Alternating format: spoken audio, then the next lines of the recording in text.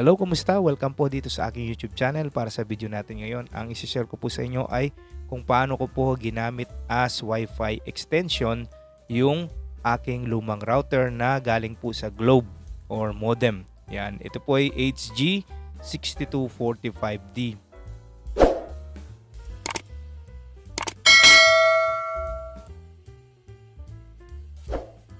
na fiber home.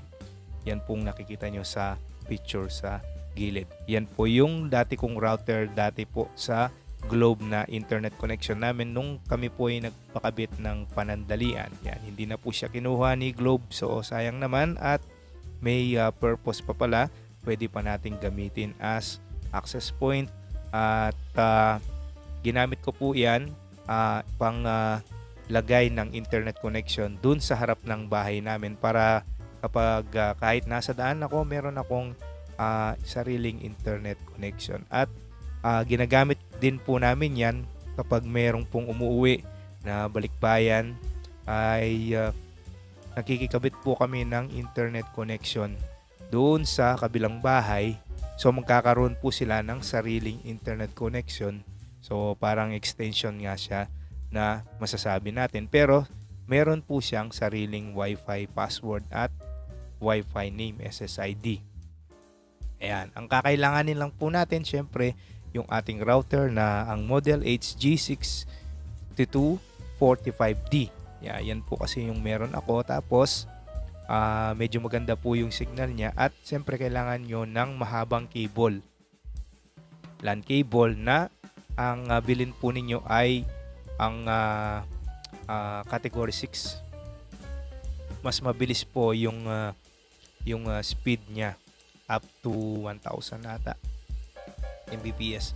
Yung kasing category 5, limited lang siya hanggang 100. So kung lagpas ka ng yung speed mo ay lagpas 100 pa rin yung ilalabas ng router mo, kung ganun po yung cable na ginagamit nyo, yung mas lumang cable. Mura lang po yung nabili ko na 15 meters na kinabit ko po dun sa harap ng bahay namin, ay wala mang 200 pesos. So dun sa sinasabi ko naman sa inyo na isang bahay na talagang lipat bahay na po, sa katabing bahay na yung linya, ay 30 meters po yung ginamit ko na cable. So yun lang po yung kailangan nyo, cable, siyempre yung router, and then yung mga steps, madali lang po.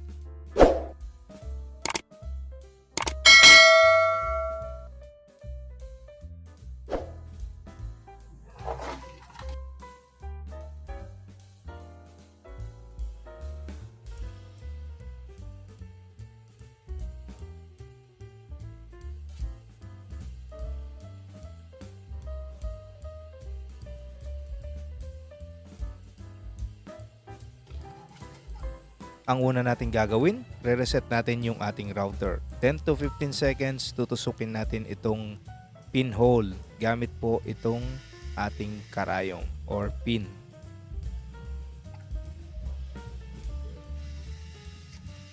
After nating ma-reset sa default settings itong ating router, kailangan naman nating kumonect sa Wi-Fi nitong ating Globe Fiber Home router. Ang password po nito ay nasa likod ng ating router, or mag-scan po tayo sa QR code ng ating router.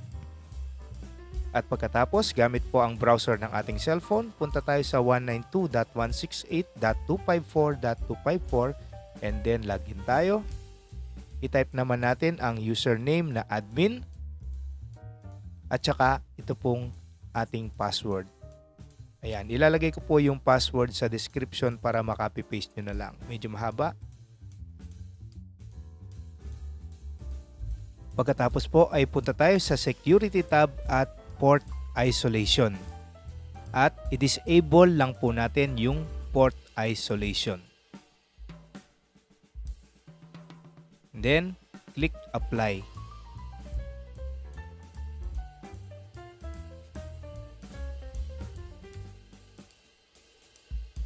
Ang next step naman natin ay ang pagpapalit ng SSID at ang password ng ating Wi-Fi. Ito po ay optional lang kung gusto nyo pong palitan, at bago nyo po i-click yung last step na disable po yung ating DHCP server, ay kailangan gawin nyo na po ito kung gusto nyong palitan yung password ng inyong router. Punta lang po sa network tab at saka sa WLAN settings. Doon nyo na po mapapalitan ang SSID at ang password ng inyong Wi-Fi.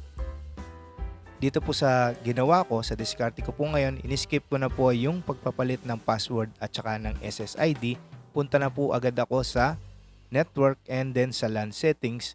Dinisable ko na po yung DHCP. Hanapin natin yung server, then disable DHCP, then save. Magre-reboot po yung ating router. And then, para magkaroon na po ng internet connection, itong ating Globe Fiber Home Router, kukonect po tayo sa LAN 1. LAN 1, dun po yung pinaka-input.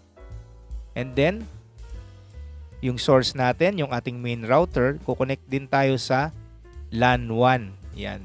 Masigurado na po sa LAN 1 na po kayo kumonect, baka naka-disable din po yung ibang mga LAN ports ng inyong main router. So, ito pong manipis na LAN cable naman, yung mahaba, yan po ay naka-connect po papunta dun sa labas.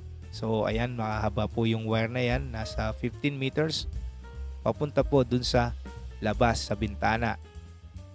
Lastly, conduct po tayo ng network speed test para makita natin kung nasa 200 Mbps ba yung speed na ating makukuha dito sa ginawa nating connection.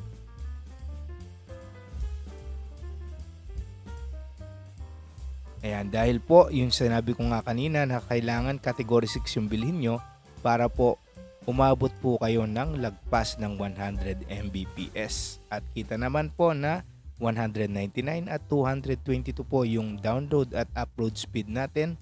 Almost the same po nung ating internet connection sa main router.